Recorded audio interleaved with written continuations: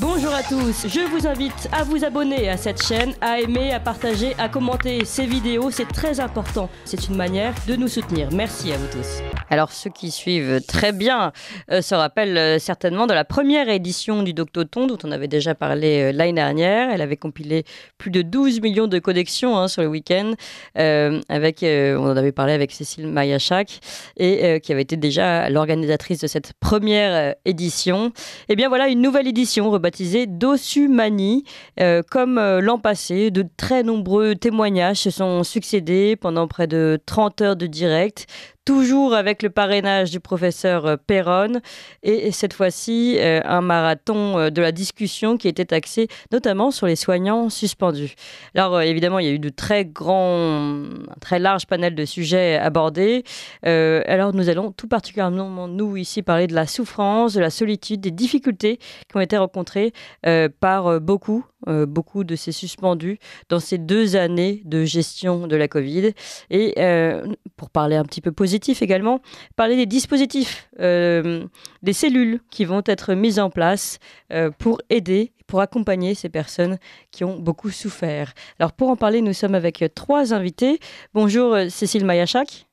Bonjour, Et bonjour Clémence. merci beaucoup d'être avec nous. Vous êtes donc l'organisatrice de ce Dossumanie. Vous allez nous expliquer le choix de ce nom. Nous sommes également avec Christelle Rollet. Bonjour Christelle Rollet. Bonjour. Vous êtes vous sophrologue et membre de la cellule de soutien donc de Dossumanie, cette cellule de soutien dont on va parler dans quelques instants. Et nous sommes avec le docteur Lynn Cabot. Bonjour docteur Lynn Cabot. Bonjour. Et vous êtes médecin généraliste et secrétaire général du syndicat Liberté Santé. Alors, je vais donner la parole. Oui. Je vais donner la parole à Cécile Mayachak, d'abord pour présenter un petit peu le Dossumanie de cette saison, et puis nous expliquer d'abord d'où vient ce nouveau nom, Dossumanie. Oui, donc le nom Dossumanie vient du fait que nous avons dû changer de nom puisque nous avons vécu une opposition de la part d'une grosse marque qui a estimé qu'il y avait un risque de confusion. Alors personne ne devine quelle est la marque, mais il paraît qu'il y a un risque de confusion quand même. Donc on a du coup vite parce que on a su 9 jours avant l'événement que la décision était prise. Donc on a vite retravaillé le nom et Dossumanie, ça signifie une dose d'humanité. C'est ce que ça signifie. Et véritablement, cette émission du week-end dernier qui a duré 30 heures finalement, qui a duré 30 heures, c'est ce qu'elle a fait. Elle a amené une dose d'humanité dans ce monde de brut. Oui, ça c'est sûr. Alors je précise qu'il y avait des invités connus, on va dire, de nos auditeurs, en tout cas parce que nous les avons tous reçus à peu près. Mélodie, la fondatrice de Où est mon cycle, Laurence Muller-Bronn, la sénatrice Maude Marian, l'avocate Nicole Delépine, oncologue Nicolas Dupont-Aignan, Jean Lassalle, ça c'est du côté des politiques, Pierre de Décoder l'écho, le youtubeur qui travaille dans les statistiques, Virginie Joron du Rassemblement national au Parlement européen. Enfin voilà, beaucoup de noms de personnes, d'éminentes personnes qui travaillent sur ces questions depuis maintenant 2 ans. Alors, donc, racontez-nous un petit peu donc, ce sujet qui vous a peut-être le plus marqué, celui finalement des difficultés rencontrées par ces personnes qui ont été suspendues. Oui, donc c'était ça le sujet global de l'émission. C'était effectivement toutes les personnes qui sont interdites d'exercer depuis le 15 septembre 2021, sans revenus, sans rien. Et donc il y a effectivement beaucoup de situations qui nous ont vraiment marquées, et notamment, je pense comme ça spontanément à la situation de Fanny qui a été donc injectée par obligation et qui se retrouve aujourd'hui en chaise roulante. Voilà, elle est incapable de marcher, elle a vraiment une atteinte neurologique grave et on lui dit que c'est irréversible. Donc ça, c'est un des témoignages qui nous a vraiment frappé. J'ai eu beaucoup de retours d'ailleurs par rapport à ce témoignage.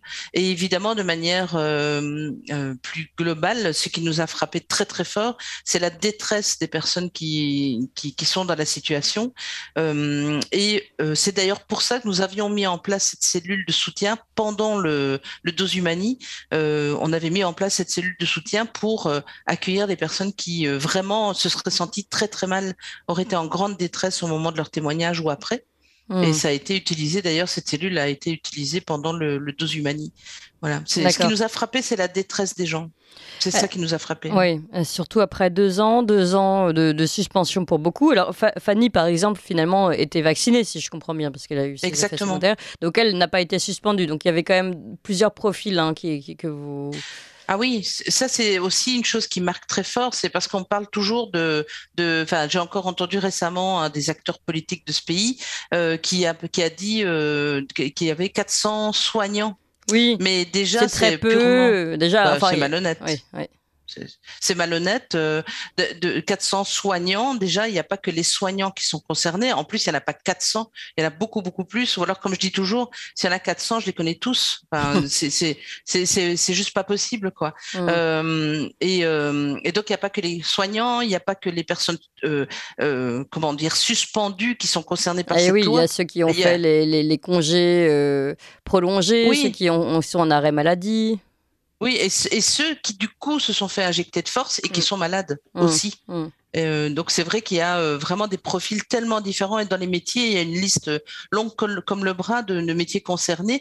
On a même reçu un cuisinier dans l'émission qui est aussi suspendu, quoi, qui a perdu son emploi. Donc, il y a vraiment des métiers qu'on n'imagine même pas, hein. Même des éducateurs spécialisés, enfin, il y a des métiers, du personnel administratif, des cadres administratifs, des gens qui ne voyaient jamais, des coursiers. Vous savez, ceux qui amènent le sang ou les organes. Ce sont des gens qui ne voient jamais de patients, quoi. Donc, ce qui est ressorti aussi, qui est marquant, c'est des absurdités. J'avais fait une petite liste d'absurdités. Par exemple, chez les soignants, le personnel administratif doit être injecté. Chez les pompiers, ils doivent être injectés aussi, mais pas le personnel administratif. Pourquoi? On ne sait pas, mais c'est comme ça. On dirait que ça a été joué au dé, en fait. Enfin, oui, on dirait que ça a été joué au dé. Qui sera concerné? Mais il y a d'autres absurdités. Nous, René Chiche du syndicat Action et Démocratie nous en parlait également concernant les écoles. Par exemple, les professeurs n'ont pas l'obligation vaccinale. En revanche, le personnel soignant dans les écoles a l'obligation vaccinale. Alors pourquoi certains et pas d'autres dans ce cas-là? Il y a vraiment un problème de cohérence, en effet. Et même des étudiants, d'ailleurs, qui pour leurs études n'ont pas d'obligation, mais par contre, pour faire certains stages, ont une obligation. Alors que là, il me semble, il faudrait vérifier, mais je suis presque certaine que légalement, on ne peut pas obliger pour une activité ponctuelle. Et il y a même des étudiants qui sont bloqués dans leur stage parce qu'ils ne sont pas injectés. Donc là, en plus, on est dans une dimension supplémentaire dans l'illégalité. Ça bafoue, je crois, 18 principes fondamentaux. C'est juste incroyable, cette histoire, qui perdure en plus. Qui perdure. Oui, tout à fait. Oui. Et on est les seuls à s'accrocher à ce système, hein, à ce régime qui perdure, nous, en France. Alors, je vais donner la parole un petit peu à Christophe Rollet. Christophe Rollet, donc vous êtes membre de cette... Christelle, pardon, je ne sais pas ce que j'ai, décidément.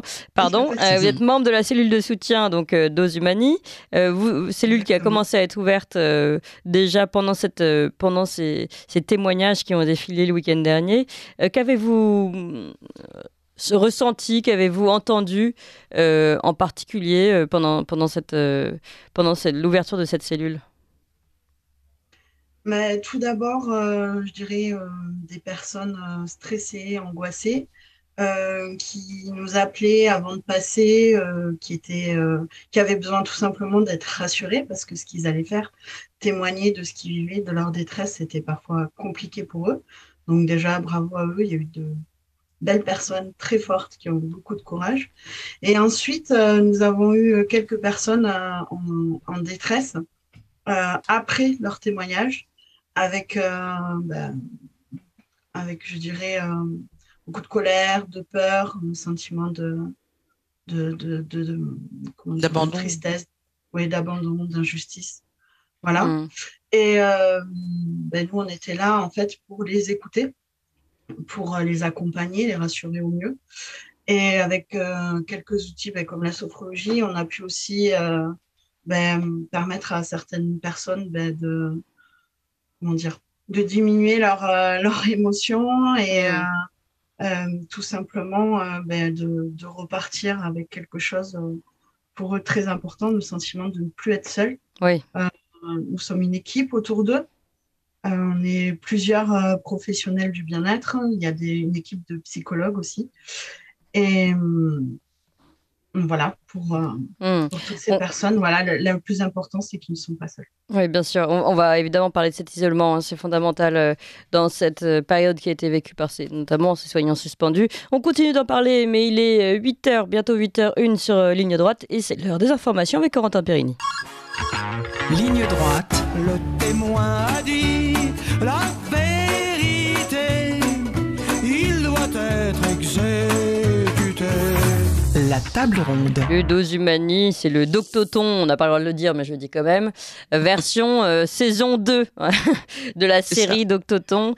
Pour les personnes qui nous rejoignent et qui n'auraient pas entendu le début de cette table ronde, nous sommes toujours pour en parler avec Cécile Maillachak, organisatrice de ce Dos Humani. Nous sommes toujours avec Christelle Rollet, sophrologue et membre de cette cellule de soutien dont on a déjà un petit peu parlé. Et le docteur Lynn Cabot, médecin généraliste et secrétaire général du syndicat Liberté Santé. Bien, docteur Lynn Cabot, je vais vous donner la parole justement. Vous aussi, hein, vous avez participé. Qu'avez-vous ressenti en premier les grandes lignes de cette grande discussion du week-end? Bonjour à tous. Je vais commencer déjà par présenter un petit peu le syndicat Liberté Santé par rapport à tout ce qu'on vient de dire, hein, puisque c'est un jeune syndicat qui regroupe en fait tous les professionnels du secteur sanitaire et qui a été créé à la suite donc de cette obligation dite vaccinale. On avait besoin de se regrouper pour pouvoir s'entraider déjà, et puis pour permettre à tous ces professionnels qui ont perdu leurs moyens de subsistance de retrouver leur poste. Donc, ça fait 15 mois que des personnes qui ont été, comment je vais dire, au front, hein, parce qu'on parle aussi de ces gens-là qu'on a applaudis en mars-avril 2020. Certains sont allés travailler en sac poubelle avec la peur au ventre, et aujourd'hui, on continue de les empêcher de gagner leur vie et de faire leur métier, qui est un métier dans le soin, dans un système de soins qui est à l'agonie, parce que avant la crise de 2020, on était déjà en forte pénurie de soignants et de professionnels du secteur sanitaire, puisque un service ne fonctionne pas sans administratif, sans restauration, sans personne pour faire l'entretien. Donc voilà, je voulais juste remettre ça, et notre raison d'être est vraiment l'entraide, et vraiment permettre à tous les professionnels du secteur sanitaire d'exercer leur métier correctement, et de permettre à tout citoyen d'avoir accès aux soins de manière équitable. Voilà, donc je voulais juste mettre ça tout de suite. Et puis bien évidemment, aujourd'hui, après 15 mois, on se retrouve face à des situations totalement dramatiques, hein, avec des gens qui vivent dans leur voiture. Et donc, nous, on a créé avec le syndicat Liberté Santé dès le départ une caisse de solidarité qui permet de venir en aide à ces personnes-là. On a créé, en fait, c'est un système horizontal, hein, le syndicat Liberté Santé. Donc, on a des antennes locales avec des référents d'antennes locales qui peuvent se mettre en lien, en fait, avec les adhérents. Et qui sont aussi en lien avec des associations, avec d'autres collectifs. L'idée que les gens sortent de l'isolement et qu'il y ait un rapport humain. Nous voulons de l'humanité. Voilà, donc bien évidemment, l'argent est le nerf de la guerre. Donc, pour payer un loyer, évidemment, on ne le paye pas en cacahuètes. Donc, on fonctionne bien évidemment avec de l'argent.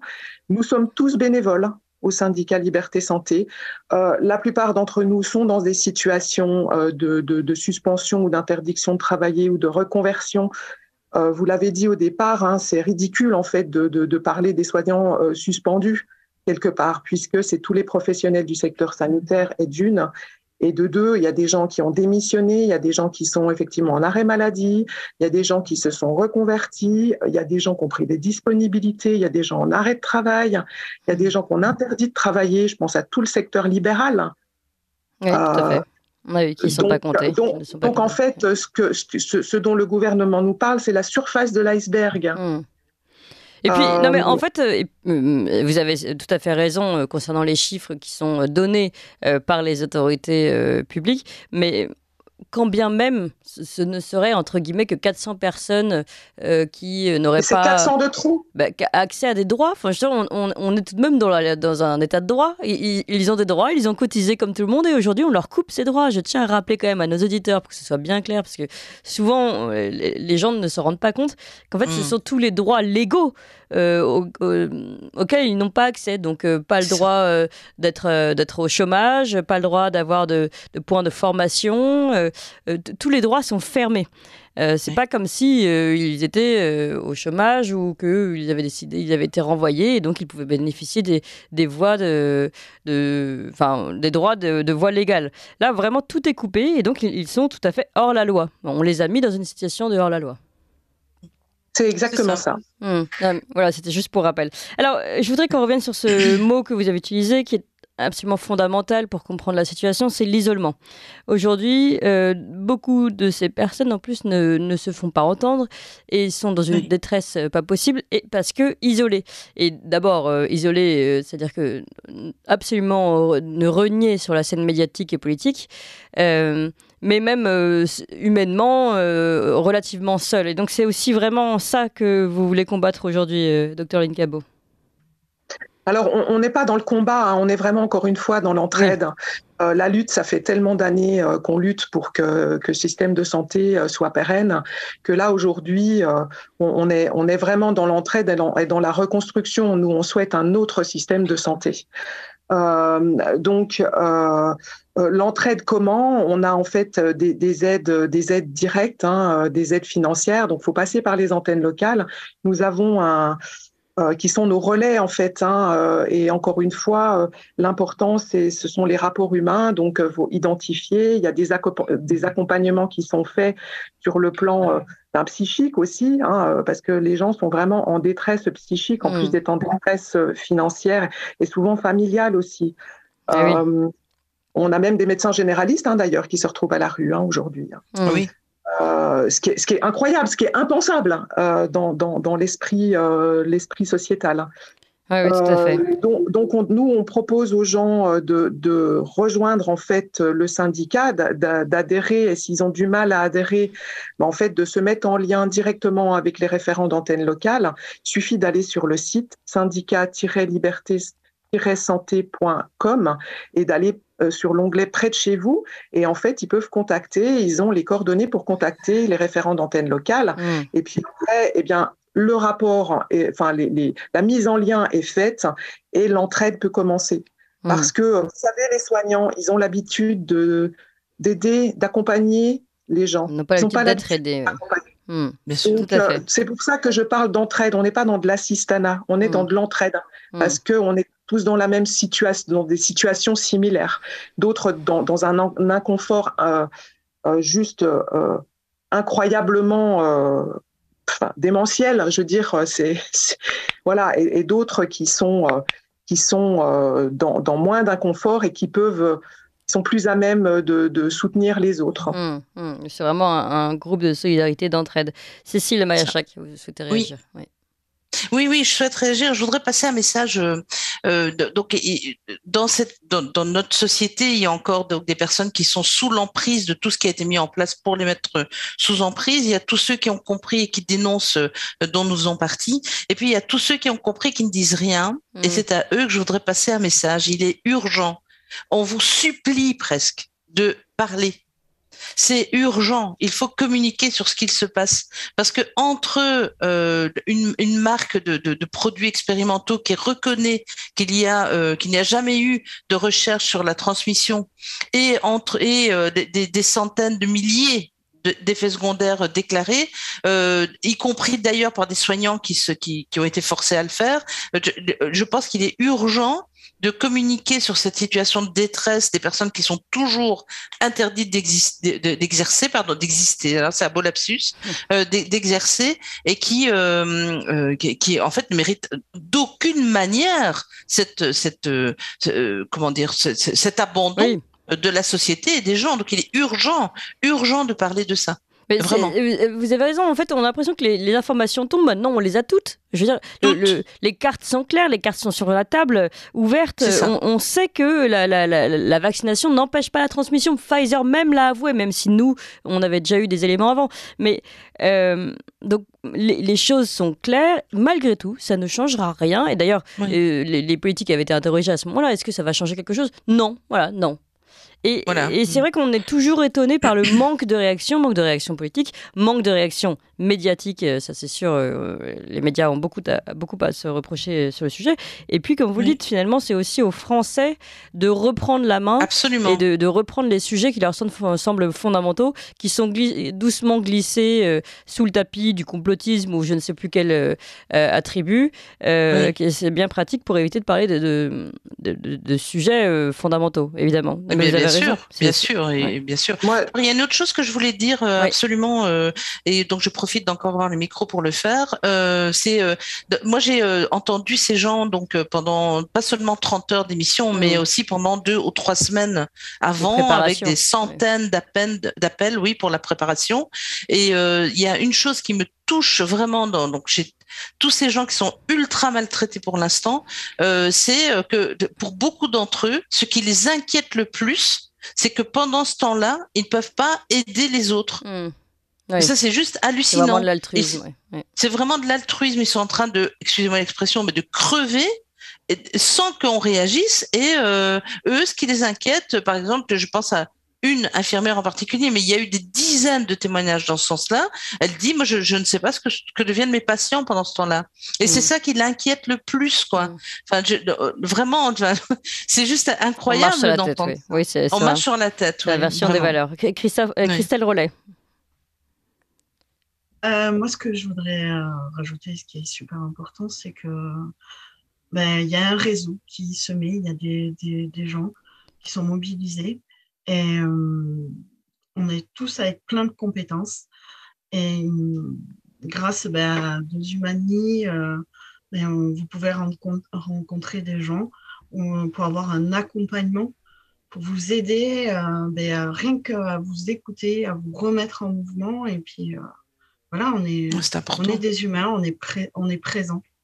Et ça aussi, il faut l'afficher. On n'est pas tous isolés dans un coin en train de déprimer. Non, il y a des gens qui sont là, qui sont présents et qui vont donner une impulsion. Et moi je pense que c'est ça qui va faire la différence.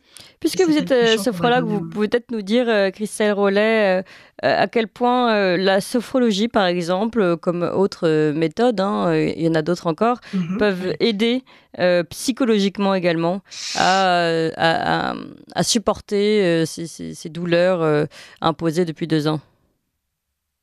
En fait, la sophrologie, elle va permettre de diminuer l'intensité des émotions. C'est-à-dire qu'à travers des exercices de respiration, des petits exercices parfois simples qu'on apprend avec un sophrologue, qu'on peut aussi refaire seul chez soi, c'est des exercices qui vont nous libérer émotionnellement, qui vont me permettre de... parfois, oui, on a ce sentiment de colère, d'injustice, et on fait ces petits exercices de respiration, ça nous calme, ça diminue le stress, l'angoisse.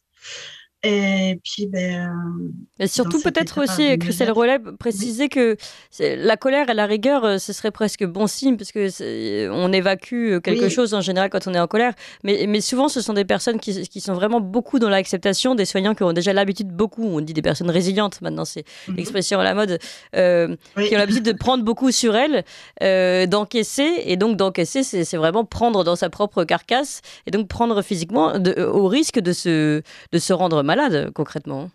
Exactement. Il y a des gens qui ont développé des pathologies, des douleurs. Et donc, avec la sophrologie, ça peut permettre d'évacuer toutes ces tensions. Voilà. Et c'est un accompagnement qui va permettre aux gens d'être autonomes après, face à tout ce qu'ils ont à gérer. Ça, c'est difficulté. Oui, exactement. Et puis, ça peut être aussi une pratique qu'on peut faire seul, mais aussi ça peut être un complément avec un accompagnement psychologique. Bien sûr. Par un psychologue, un psychiatre, peu importe. Voilà, c'est ça le plus important. C'est que ça permet aux gens d'être dans un mieux-être rapidement, que ce soit seul chez soi, en groupe. Voilà, c'est quelque chose reprendre un peu possession de son corps avant de pouvoir justement faire des projets et éventuellement sur l'avenir. Et c'est sur ces projets désormais que je voudrais qu'on se penche, puisque évidemment Dosumani est là pour donner la parole aux personnes qui ont souffert, mais elle se porte également beaucoup sur l'avenir. Et vous dites, nous on est pour... Dr Lynn Cabot expliquait qu'il était pour une médecine différente, certes, mais comment la mettre en place? Est-ce que ce réseau qui est immense aujourd'hui peut vous permettre de mettre ces cellules de solidarité un peu partout en France, et comment vous comptez opérer, Cécile Maillachak? Alors pour les cellules de solidarité, là, je renverrai plutôt vers Lynn qui va pouvoir parler de ça, puisqu'ils ont étendu effectivement les antennes locales sur toute la France. Et d'ailleurs, on a renvoyé pendant l'émission plusieurs personnes vers vers ces antennes locales. Alors ce que ça crée aussi, le Dosumani, comme le Doctoton avant, c'est la même dynamique, c'est de l'entraide, du lien. Donc moi, ma grande passion dans la vie, c'est de créer du lien. J'adore faire ça. Et donc, effectivement, je crée du lien, et dans toute l'équipe du Dosumani, on crée du lien. Donc, les gens nous écrivent, on passe les coordonnées les uns des autres. Enfin, ça, c'est pour moi, c'est majeur aussi. Et d'ailleurs, pas qu'au national. Il y a eu plusieurs demandes internationales d'avocats, de psychologues, de médecins qui ont dit il est urgent qu'on se mette à travailler en termes internationaux, puisque ce qu'on vit, et là je parle pas que des personnes interdites d'exercer, de ce qu'on vit aujourd'hui est absolument international, et donc il est urgent de s'y mettre à l'international. Donc ça, pour nous, c'est ça, c'est surtout créer du lien et communiquer, informer. Pour ce qui est vraiment alors on a effectivement une cellule qui a été de soutien qui a été mise en œuvre pendant le Dosumani, et qui, je le crois, va perdurer. Ça, c'est au départ, c'était pas l'idée, mais quand on voit le besoin qu'il y a, cette cellule de soutien, effectivement, va perdurer. Pour ce qui est du fait de se sentir seul et d'avoir besoin d'établir des contacts et d'être soutenu, mais partout en France, et donc en voyant des gens, pas seulement par téléphone ou en visio. Là, je renverrai plutôt vers Lynn et le syndicat Liberté Santé qui a mis en place ces antennes. Alors, on va revenir sur ces antennes, mais en fait, la question que je souhaitais vous poser, c'est plutôt, finalement, ça fait 2 fois maintenant, vous organisez ça, Doctoton, Dosumani. 3 fois, oui, pardon, oui, vous avez raison. Et à chaque fois, l'idée est peut-être aussi de repenser ce modèle de santé qui est aujourd'hui, on peut le considérer comme défaillant. Oui, je comprends. Est-ce que derrière ces grandes réunions avec des soignants de renom en plus, qui participent, des politiques connues, des avocats, etc., est-ce que vous pensez aussi pouvoir dresser des lignes d'une nouvelles formes de soins, ou d'un retour à l'ancien système de santé également? Mais à mon avis, ce sera plutôt... oui, il y a des choses qui se créent dans ce sens-là. Il y a aussi d'ailleurs des choses qui se créent en termes juridiques sur la base au point de départ du tout premier Doctoton. Mais... du coup, vous me faites penser à une chose qui s'est passée dans la préparation du Dosumani et pendant le Dosumani. Ce sont des médecins qui disent, et ça, j'aurais jamais cru l'entendre de ma vie, qui disent, j'ai honte d'être médecin. Ah oui. J'ai honte. Et ça, si on m'avait dit qu'un jour j'entendrais ça, je l'aurais jamais cru. Et donc, effectivement, il est urgent de revoir ce mode de fonctionnement. Et ils le font. Et d'ailleurs, ils n'ont pas besoin du Dosumani pour ça. Ils le font très, très bien. Ils s'unissent, ils se parlent, et ils recréent des choses totalement... qui est à l'ancienne, en fait. C'est pas du nouveau. Oui. C'est pas quelque chose de totalement innovant. Par contre, ça donne cette impression, tant le milieu effectivement médical est embourbé dans des fonctionnements protocolaires, qui n'ont plus aucun sens, et qui d'ailleurs n'ont plus aucun sens pour beaucoup de patients, qui n'ont plus d'ailleurs, ça c'est l'autre point de vue, l'autre angle de vue, puisqu'on a aussi fait, on a aussi fait un Doctoton à l'époque spécial effet secondaire, donc de 24 heures aussi. Et donc je peux vous dire aussi que les patients de leur côté ont perdu toute confiance en leur médecin, au monde médical. Et donc oui, c'est rétablir cette relation de confiance, et redonner être dans le soin. Voilà, dans le soin, pas dans le protocole. Et ça, c'est vrai qu'il y a beaucoup de médecins et de soignants de toutes sortes qui travaillent là-dessus aujourd'hui et qui se réunissent pour à nouveau proposer ça aux patients. C'est urgent. Ça a d'ailleurs été le premier objectif du tout premier Doctoton, c'est de réconcilier la population avec le monde médical et inversement. C'était le premier objectif, ça, oui. Pour vous donner un exemple, je discutais avec le docteur de Lépine qui me disait qu'avant, quand un patient arrivait, il était palpé. Il y avait une discussion, il y avait un toucher de cette personne. Aujourd'hui, c'est directement analyse, renvoyé à des spécialistes pour analyse, renvoyé là pour des scanners. En fait, on n'a plus la discussion et même le toucher qui permet finalement peut-être de comprendre, peut-être que le scanner ou l'analyse permettent de voir, mais en fait, on voit déjà la fin de la chaîne, on voit pas forcément le début du processus et l'origine de la maladie, etc. Donc, non, c'est vraiment, c'est une réalité, une vraie problématique. Et moi, là, en tout cas, personnellement, j'ai perdu toute confiance au médecin généraliste classique. Le jour où je suis allée chez mon médecin, il y a pas très longtemps, en toussant, et que elle a cherché le traitement qu'elle allait pouvoir me donner sur son GSM, sur son téléphone. Ouais. Et puis ensuite, quand j'ai voulu sortir, elle a ouvert la porte, elle a reculé de 2 mètres. Ah oui. Et là, pour que je passe devant elle. Et là, je me suis dit, bon, ok, il va falloir trouver autre chose, parce que là, c'est très, très inquiétant, très inquiétant. S'il faut attendre 3 mois pour avoir une radio, pour voir ce qu'on a, parce que le médecin n'ose pas vous toucher, vous approcher, et que sur 3 mois, ce qu'on a se développe de manière dangereuse, c'est vraiment très, très inquiétant. Donc, en effet, j'adhère complètement, évidemment, à ce que dit le docteur Delépine. Alors, docteur Lynn Cabot, on va revenir, mais peut-être que vous avez un petit mot à dire sur les médecins généralistes avant, puisque vous êtes vous-même généraliste. Oui, moi j'ai le droit de dire ce que je veux puisque je suis médecin généraliste. Effectivement, moi je ne me sens plus du tout dans ce système, si vous voulez. Moi j'ai quitté ce système-là et j'ai fait médecine par vocation.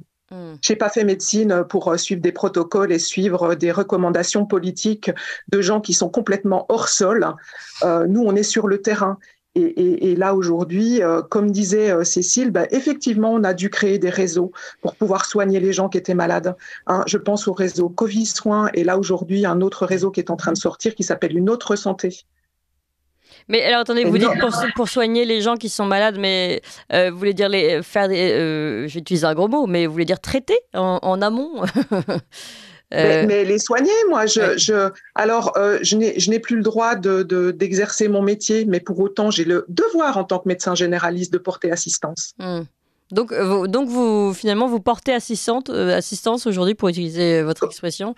Bien sûr, quand c'est nécessaire, bien évidemment. Quand j'ai quelqu'un qui est malade, je m'en occupe, gratuitement. D'accord. Ah oui, et il y a des gens qui en ont besoin. Et il y en a énormément qui font comme moi, parce qu'on est soignant. C'est notre métier. Et ces personnes-là qui soignent, qui portent assistance pour qu'on reste bien dans la légalité aux personnes vulnérables, malades, etc., s'organisent aujourd'hui, vous dites, en réseau également ? On s'organise effectivement en réseau, c'est bien évidemment. Moi, les gens qui sont autour de moi savent et m'appellent quand il y a un gros souci. Bien évidemment, c'est pas le quotidien.